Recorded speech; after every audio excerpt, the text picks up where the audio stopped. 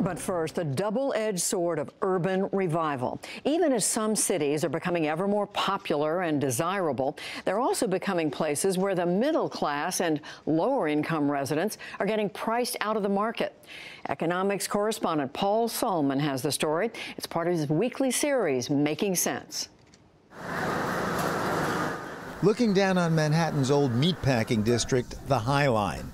A mecca for more than 7 million eager tourists a year, astride a once derelict spur of the New York Central. This was an old, broken down, abandoned rail line, elevated rail line. A rail line shrouding the buildings beneath. As a result, rents were cheap and the cutting edge marginalized moved in. Much of this area of Chelsea was historically a gay neighborhood.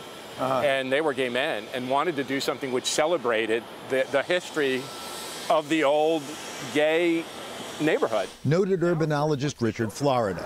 There's one of the old buildings still with the rainbow flag. A remnant of a past that proved a harbinger of gentrification to come. Once they built the park, it became a draw, not of people, but for real estate developers.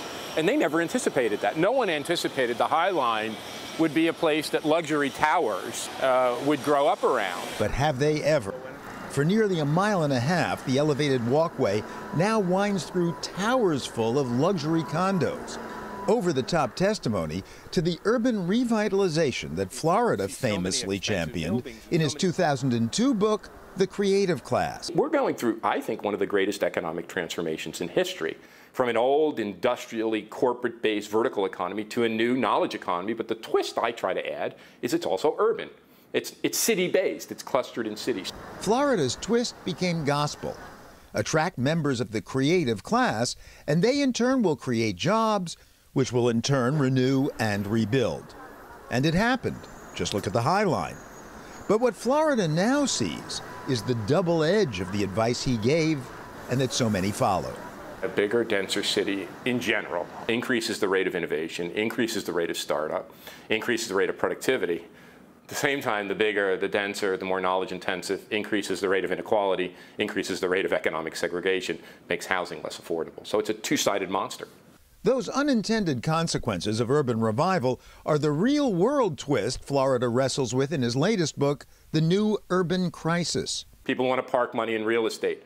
Artists, the best art galleries in the world, commercial companies, real estate development firms, financial headquarters, tech companies, startups and companies like Google. So the second dimension is, I kind of call it a crisis of success. These places now become terribly unaffordable for anyone who's not either a knowledge worker or a techie or a member of the super rich. As a result, pressure on most of the city's residents, now facing apartment rents and prices soaring as high as the buildings that house them.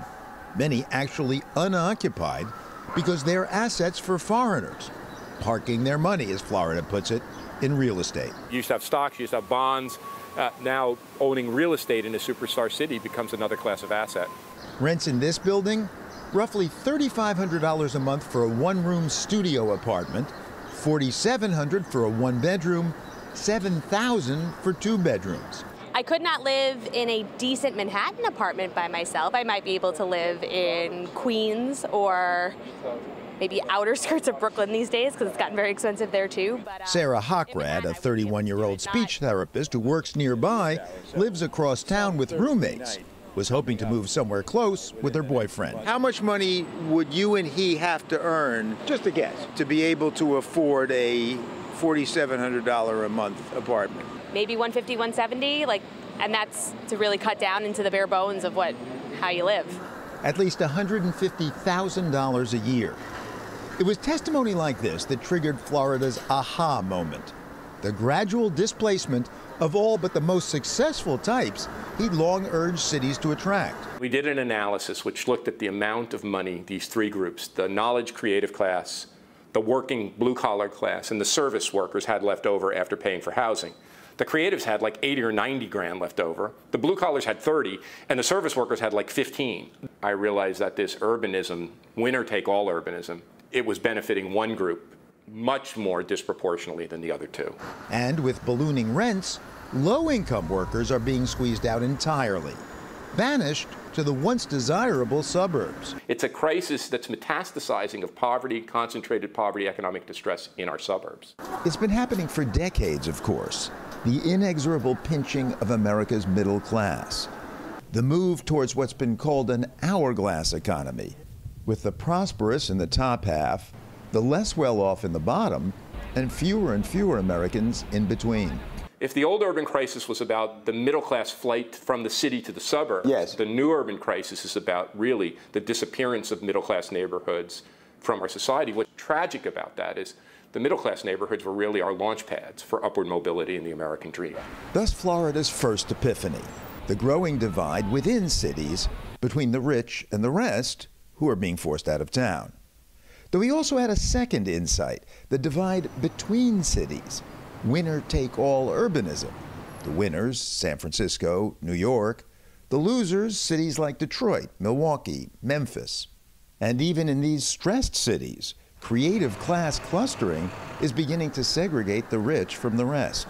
But wait a second, the winning cities simply followed Florida's own advice, suggesting a pointed question about what he calls the new urban crisis. Did he help cause it? I think I really wanted to help cities understand that urban revival. But that urban revival, according to the data we now have, it's 2000 to now where the urban revival goes into full bore. And I think I was not only surprised, shocked by the speed of it, and shocked by the way it put pressure on cities. But then what, if anything, can be done to close the gap? This is the last stop on this train. Thank you for riding with MTA Short Express. Well, one answer, building public transit to connect the lagging outskirts to jobs in the booming urban core. And hey, the 34th Street and Hudson Yards subway station just opened in 2015. It's spectacular. But if you look at most of the subway stops and transit hubs, Penn Station, they're falling apart. Penn Station, New York's key commuter hub, is ever more haunted by delays and cancellations, the result of aging infrastructure. But if you really modernize a city's transit system, you run back into the double-edged sword of Florida's advice. The better the transit, the denser and more productive the city, the less its lower-end workers will be able to afford to live in it, the more of a rich enclave it becomes. Well, yes, that may be true, Florida acknowledges. And so, he says that today's cities have to start insisting. You want to build a tower like that, if you want to get the rights to create height and density, we're going to make a trade. And the trade we're going to make, in order for you to go up like that, you're going to make affordable housing. Affordable housing, the only real way to try to close the gap, says Florida. So why not muscle developers to offer workers in their projects cheap rents, good wages? Why not have your tenants be the ones that are creating better, higher-paying service jobs, that are creating a family-supporting job? So we can have an inclusionary prosperity, and cities can say, we'll trade density for good things that developers will do. In order to get the density they want and the height they want, they've got to build affordable housing, and they've got to build a more inclusive community. But if they don't, we're left with the two faces of Florida's prescient creative class advice. That's the great contradiction of today's urbanized capitalism. If we want to have a productive city, an innovative city, a country that innovates and creates good jobs, we need them. But at the same time, the very thing that is driving our economy forward is creating these divides. For the PBS NewsHour, this is economics correspondent Paul Salman reporting from and below the High Line in New York City.